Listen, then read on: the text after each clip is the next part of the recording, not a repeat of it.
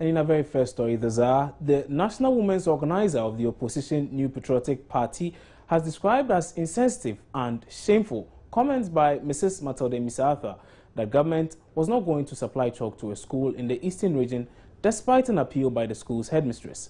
According to Otiko Jaba, the comments by the vice president's wife show a lack of respect to Ghanaian workers. She's therefore calling for an immediate retraction and apology from Mrs. Matilda Emisarthur. The second lady has been extremely insensitive to the good people of this country, to parents, we are all parents, and to the teachers who have been sacrificing. There is no school that has not got PTA dues, whether you are in very rural Ghana or not. All parents pay. I worked in rural Ghana for 12 years. And some of the parents couldn't send their children to school because of the PTA dues, because the schools make it compulsory. But the government, you are mandated to do what you have to do. We only support as parents and teachers associations. And the president said it in the State of the Nation address. In the manifesto, I have it here, of the NDC, it's there, 2012. That education, that is the first thing they say. The main focus of the manifesto among others, was on education. This is 2012 NDC manifesto. If you go to the State of the Nation address, it's on the internet. That's what the president tells us, that the children of this country are our wealth.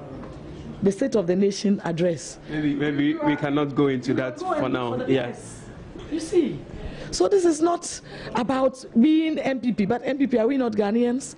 Today when you talk, then they say you are being political. Look, the road that passes here was taken by a political decision. The decision for that, the second lady to go to Kukurantumi was a political decision. Why didn't they call the woman who sells tomatoes in Makola to go and donate the computers? Because they want political dividends out of it. That's why they asked the second lady. And when you go, people will tell you about their concerns. And you must listen. You shouldn't always have this dead goat syndrome. It's a very insensitive. It has nothing to do with my being MPP, but it has everything to do with my being a mother, being a parent, and being a child of Ghana. I speak for all those voiceless. Madam Second Lady, your office does not deserve that. It's a shame that she made those things. Is the MPP ready to donate logbooks and teaching, notebooks as well? I have not talked about that. That is choice. But it is mandatory upon the government. Well, on the back of that, the opposition New Patriotic Party has presented boxes of chalk and other teaching materials to the Kukurantumi Presbyterian Basic School in the Eastern Region. Now, this was after the headmistress of the school had made an appeal to the wife of Vice President Kwesi Emisarthur to impress on government to supply her school with chalk. Let's go into the phone lines now and speak to our regional correspondent, Kofi Siao, who joins us now over the phone. So, Kofi, tell us much more about what happened today. Well, I must say that today, this morning, has been an interesting morning because when I came to the school, I met the district chief executive for this area. He came to also present some boxes of chalk to the school, but he did not speak to the media. He declined to speak.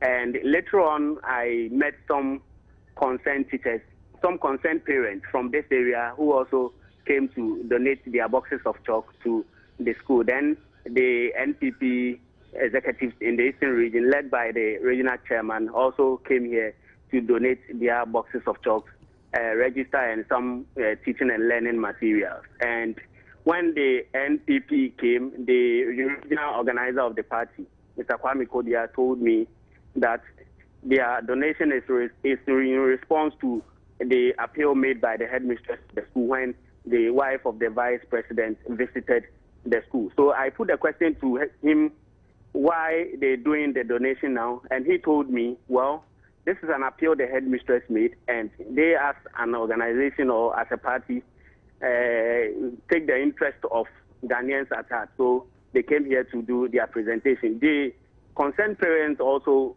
gave the same reasons as to why they were here, and that they applaud the vice president's wife for the donation he came, the computers he came to donate to the school about 3 days ago. So, Kofi, I would want to find out the reaction from particularly the headmistress. What was her mood? Well, when I got here, I first decided to the headmistress, and she said the answer she gave me is that no comment. I pushed further to ask questions as to how she feels and all that after this whole program, and she told me that, well, she's not going to comment. What she insists is that for now she wants to remain silent on the issue. She doesn't want to speak for now. So she declined to speak to me. But how was her demeanor? How was she behaving? Was she very happy about it, or she was? Well, when I came here first, she was very quiet. Her composure was very quiet. She didn't want to speak. She was going about her normal duties. But when the groups came here donating the items, I saw later that she's in a very good mood. She was smiling and all that, but she still did not want to speak to the media, and she didn't speak. Kofi, many thanks for your time on News Today. That was Edwin Kofi, Eastern Regional Correspondent. And, well, you have heard the NPP criticize the second lady, should I say, for those comments. But let's now, well, it appears they are not the only ones here, and a lot of groups have also joined in. Let's now take a listen to my colleague Hanodame, who has been following closely what these groups have. But before then, we can take a vox pop. Let's take a listen to what some people have been saying on the streets of Accra. What do you make of the second lady's comments? She's in the right direction, because as a teacher, she knows the teacher knows where to channel her grievances to. So she should have gone to the Ghana Education Service, maybe her division, which is a district, and then lodge the complaint with the district director or her immediate security supervisor to take the issue on and get the chalk for her, but not to demand it from the is that the second lady? Yeah. But do you think the second lady was right in openly announcing or talking about her displeasure? She asked her openly in an open space, so that is the best way she can also talk to her. But she made a donation. That was an effort in helping the schools, right? So, but it doesn't mean that she should openly express her anger. She could have done it maybe in another way. But do you think that was the right opportunity for the head teacher to also ask for chalk? No. I think that is not the right way, but actually the right way was to talk in a portable way or portable manner. That is what I think. But do you think the opportunity the head teacher used was right too? I don't think so. What do you make about the second lady's comments? It's not very fair. Second lady is not talking like that. Actually, you can say that, oh, we can do something about it, but you can't say that something else, actually you can't do anything. You can't buy any chalk. It's a responsibility for the government to provide it. We are not collecting school fees and everything, but it's the responsibility. You have promised us that you provide a school uniform. Why you not give us a chalk? She was talking like somebody who didn't know what she was about, because I'm a retired teacher, and we're in school teaching. People gave us, the government brought us chalk. And away from that, the Chief Justice has refuted media publications suggesting the Justice for All program is releasing unreformed prisoners back into society. Georgina Theodora Wood was speaking at the inauguration of the first ever permanent courthouse at the Nsamom Medium Security Prison at Nsamom. The facility, according to the Chief Justice, will help remand prisoners easily access justice, which is now at their doorstep. This is the latest in a string of reforms meant to help decongest Ghana's prisons. The courthouse, according to Chief Justice Georgina Theodora Wood, will have the status of a high court and will sit on daily basis, depending on the number of cases available to be heard. One other measure ongoing to decongest the prisons is the Justice for All program. The program has been criticized by a section of the public for releasing unreformed prisoners into society, but the Chief Justice refutes those claims. Permit me, distinguished ladies and gentlemen, however, to indicate our surprise at recent negative publications aimed at denigrating the Justice for All program and by extension the judiciary, which publications wrongfully alleged that the Justice for All program releases armed robbers into the public domain to commit further crimes targeted at law-abiding members of the society. We note with concern that most of the publications are wholly untrue. Acting Commissioner of the Commission for Human Rights and Administrative Justice was however disappointed that Ghana could not sponsor such an innovative facility. I believe that we are seeing the rewards of good leadership, and we want to see more of that, your leadership. Again, I would have loved to hear tribute paid to the nation for the first High Court in prison, but unfortunately, only for £25,000 we have to keep credit to not our own country but somebody else. That, your leadership, I'm sure, takes the shine out of this important program, and I hope that we are learning lessons from this, and that we begin to prioritize some of these things and put them into practice. I want to thank you, your leadership, for the good work you have done. Thank you. The leader of convicted inmates praised the project and requested the program be extended to prisoners serving their terms. It is our hope that with the commissioning of this court today, all agencies in the criminal justice delivery would come on board to ensure that cases are expeditiously disposed of. I believe the police in particular would aid the judiciary to facilitate the process of education. The leadership, a humble request, however, is that this court may be mandated to review cases of inmates who had already been convicted and wish to appeal or have their cases reviewed, so that equally the risk of transporting appellants to and from Accra could be reduced. A law lecturer, Professor Kwekwasari, has branded members of parliament as completely ignorant for misinterpreting Article 115 of the 1992 Constitution to mean Parliament is immune from strong criticism. The US-based law lecturer told Joy News the caliber of reasoning exhibited in Parliament is embarrassing. He also described Thursday's session of the Privileges Committee as Ghana's day of political shame. Article 115 has nothing to do with what people say outside Parliament. Article 115 is a privilege or an immunity given to MPs with respect to what they say in Parliament. So if an MP defames someone in Parliament, for instance, the MP is immune. He cannot be subject to court process as a result of something that he says on the floor of Parliament. It has nothing to do with ordinary citizens sitting outside Parliament and joining their conversation.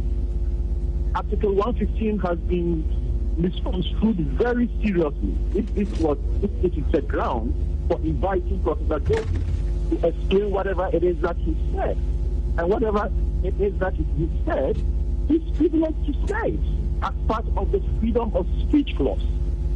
We are majoring in the minors.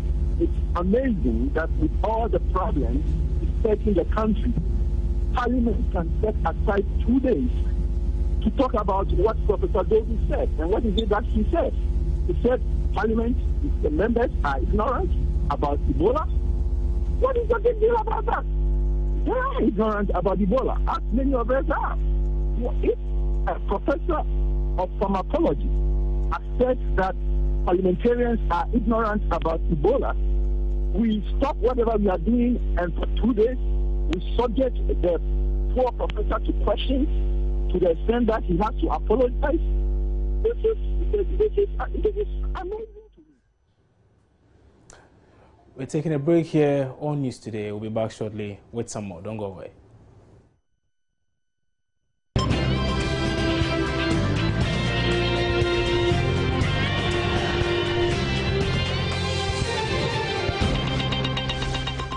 Yeah, welcome back from that break.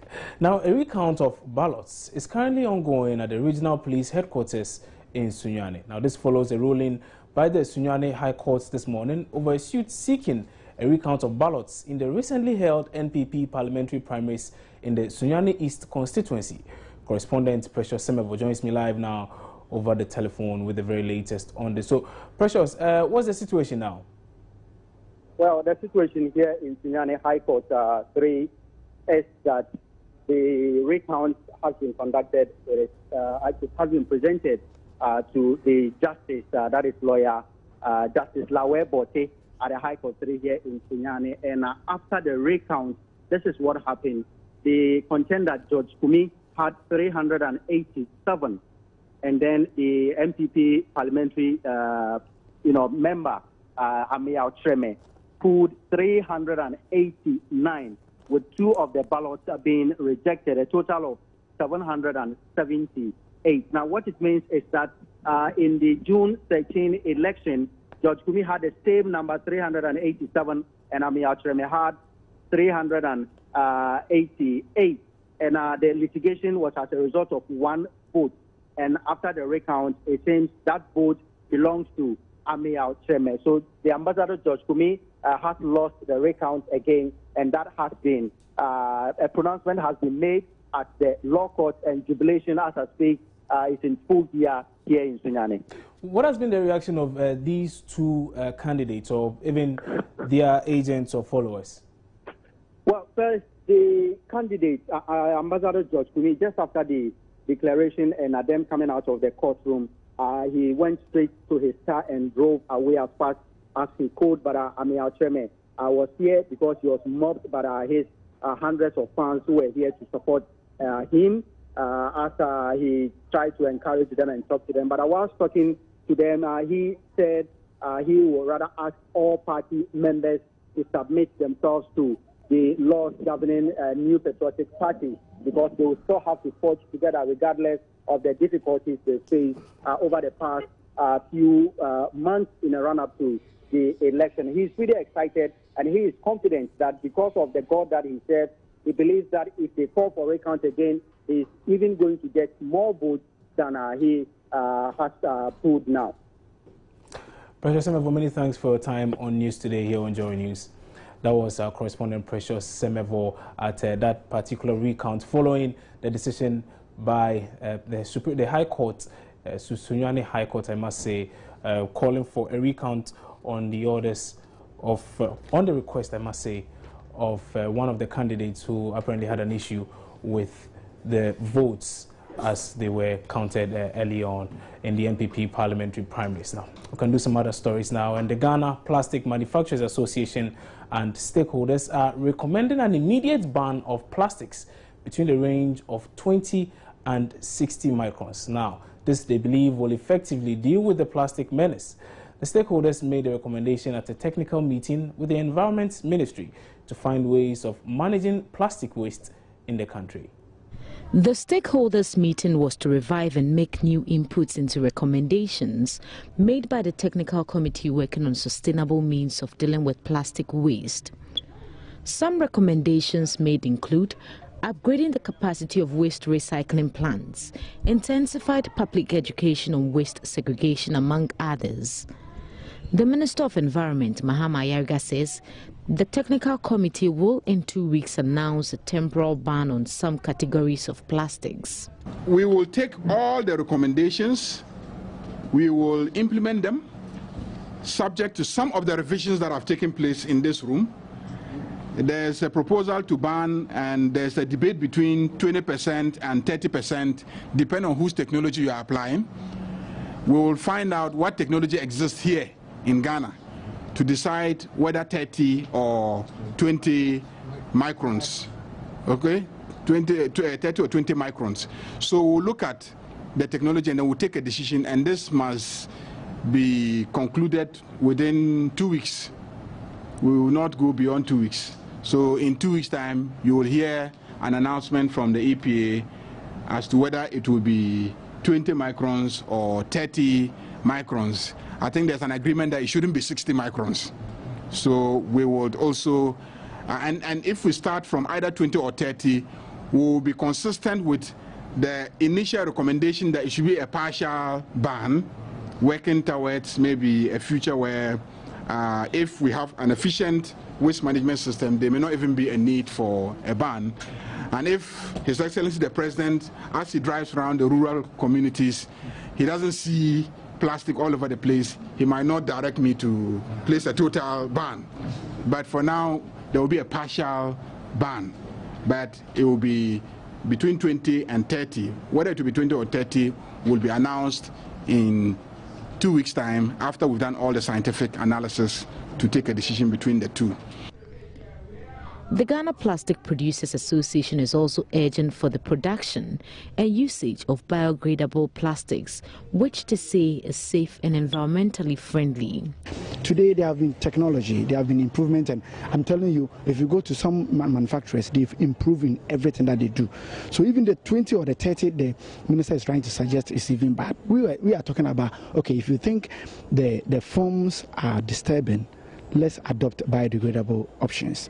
That will degrade by itself within a month or two, and everything is fine. So are you ready to go into the biodegradable? We even started advocacy way back in 2012, and as of now, we are even talking about Busak. We wanted to source for some funds to support us to do more talking, meet some interested groups so that we can push it up.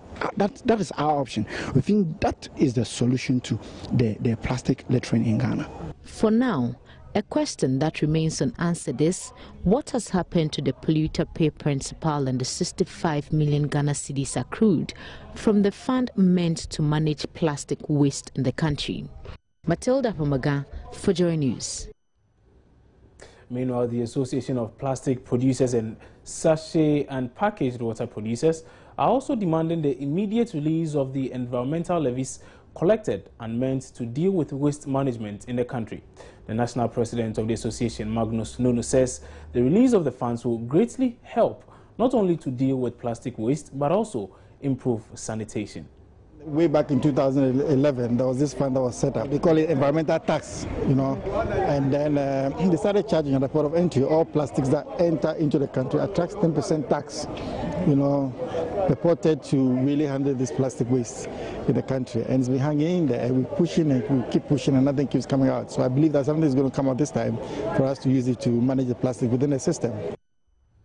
Residents in the Ashanti regional capital, Kumasi, are expressing concern over the recent unscheduled power outage in the town. Now, apart from the usual inconvenience one has to endure when the power goes off, residents say the situation has led to an increase in the crime rates in the area. Businesses are also said to be struggling to stay afloat due to the power outages. Mahmoud Mohammed Nuruddin has more. It is 7:30 p.m. here in Kumasi, and residents are in the midst of what appears to be part of their daily routine now. I mean, when I said I'm an electrical engineer, I think definitely the light is affecting me. And besides, not only electrician, I think you understand, not only electrician, I mean everybody. On Saturday, a massive blackout hit the metropolis and left many wondering what the future holds. My work has been greatly affected by the power crisis. I used to make 1,500 Ghana cedis a night staking the lotto, but due to the doomsaw, I barely make 800. Night businesses are running at a loss because many people are not staying outdoors for security reasons. All these power cuts have made me dispose my wares because they got bad. Lately, people are reluctant to buy because they say the prices are high. It is 3 p.m. and people are idle because there's no light to continue with their unfinished jobs. The maximum supply of power for the Ashanti region is 240 megawatts, but the region now gets only 30 megawatts. This has left many areas and people without lights for a number of days. Providers say more load shedding is expected in the coming days due to the shortfall in production. The paramount chief of B traditional area, Togbe Gabusu, has finally broken the silence on the Ebola vaccine trial. Now, he says the criticisms by some citizens were unwarranted. Now, there's been immense pressure on the paramount chief to speak on the vaccine trial since it's scheduled to take place in the capital of his jurisdiction, Hohoe. By speaking to the media at Hohoe on the sideline of a public forum on the phase 1 of the Ebola vaccine trial, Togbe Gabusu clearly stated that he was never uncertain about the trial, explaining traditional authorities in his council had been sensitized and were satisfied. Togbe Gabusu revealed he has received several calls accusing him of allowing for his subjects to be infected with the Ebola virus and had to explain that was not the issue. He, however, entreated residents in and around Hohoi to attend all public forums on the Ebola vaccine trial to be enlightened on the process of the trial to avoid misconceptions. The inter and intra-fighting among ourselves, that is what Owidobo said. Should be put aside. If we will continue fighting among ourselves, what we are chasing, we will never get it. I must be blamed. Maybe I don't blame. Yes. Let us stop the infighting. I have tried it once. Okay. To try it. Some residents who attended the forum also shared their views with Joy News.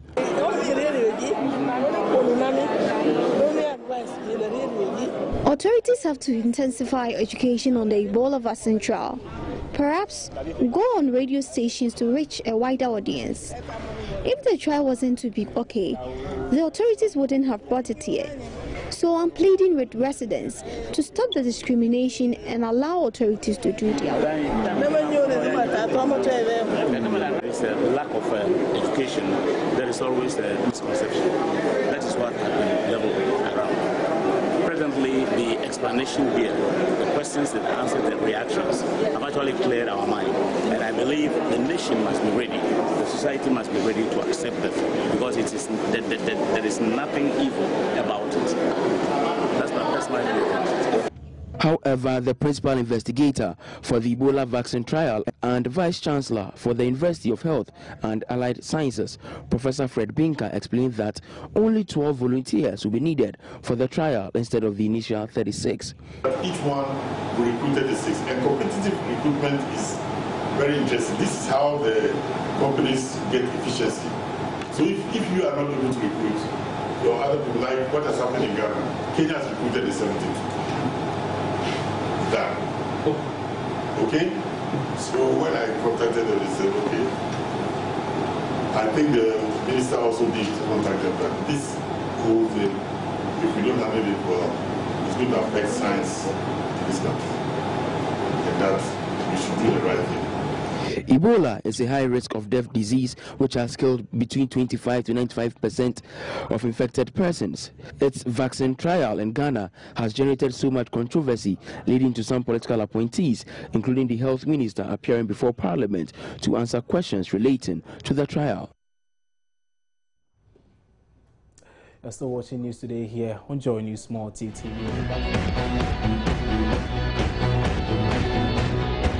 Time now for sports, and Benedict also joins me in studio with the very latest there. Benedict, how are you doing? I'm good, I'm good. You're looking traditionally sporty this afternoon, you know. Thank you. So what do you have in sports? Well, we're talking about Accra Heartful. The Ghana Football Association is also in the news as well. There is news, some transfer news. Manchester United fan, I'm sure you'll be happy to know what you guys are doing in terms of the transfer.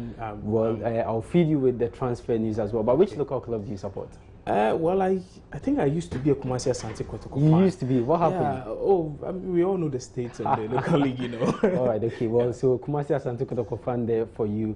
So now we can talk some sports here on News Today with me, Benedict Owusu. In our very first story, the Ghana Football Association elections will go on as planned after the country's football governing body claims it has not received any documents directing them to halt proceedings. An Accra-based lawyer, John Kwesing, told Joy Sports yesterday he had secured an injunction to stop the election. Lawyer Kwesing is challenging the election format, which according to him must start from the RFA's constituent bodies and the other positions at the FA before the presidential post. However, the Ghana Football Association tells Joy Sports there is no evidence of Lawyer Kwesing's claims and adamant to comply. Let's listen to Prosper Harrisonado, who is lawyer and head of the GFA Discipline Committee.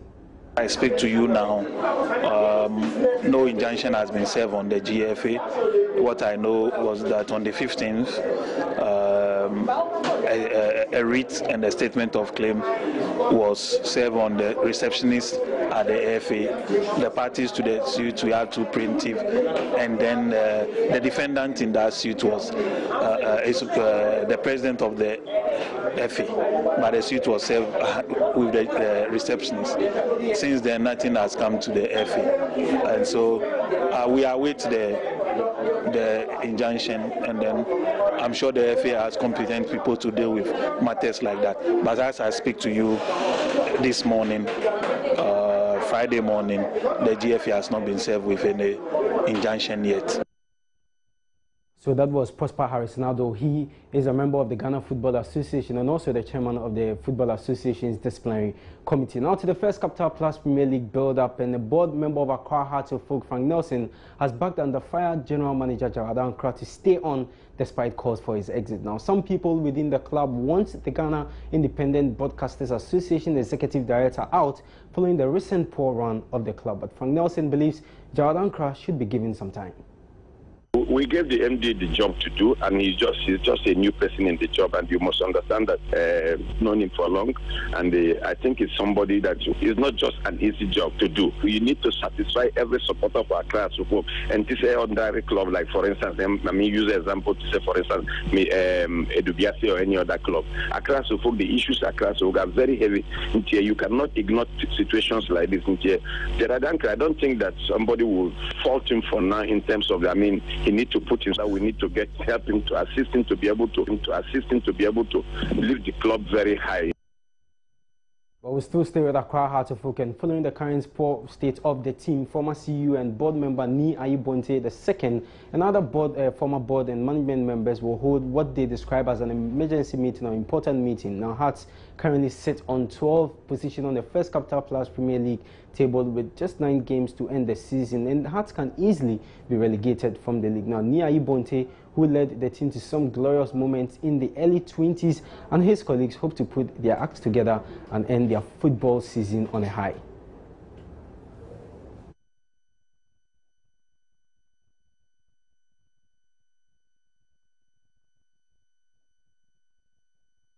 All right, so away from Accra Hearts of Oak, we stay with the First Capital Plus Premier League because Hearts will be playing this weekend. They have a tough game to play away to Indiana Stars, and we can just check out some of the other fixtures in the First Capital Plus Premier League on your screens now. Olympics will take on Bichim United at the Accra Stadium, and Liberty Professionals will be at the Dansuman Karindorf Park to play Mediema SC. Kumasi Asante Kotoko, who's become Chelsea, to the Babayara Stadium in Kumasi, and Edubiase will be at the Obuasi Linkley Stadium, where they will play host to Wafa. Heart of Lions will be in Kpando to host Ash Gold, that's league leaders Ashanti Gold, and Indiana Stars, that the game that promises to, provide some great action there is against Heart of Oak. Indiana Heart of Oak at the Doma Park. Hazakes will take on Wa All Stars at the Sekendi Esipon Stadium, and BA United will be at their favorite ground, that's the Sunyani Coronation Park, where they will play host to Inter Allies.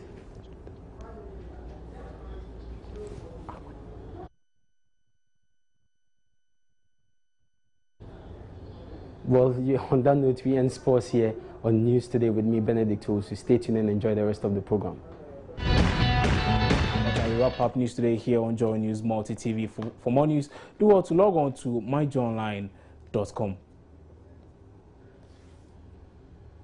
My name is Kobna Chencha Iniboti. Enjoy the rest of our broadcasts.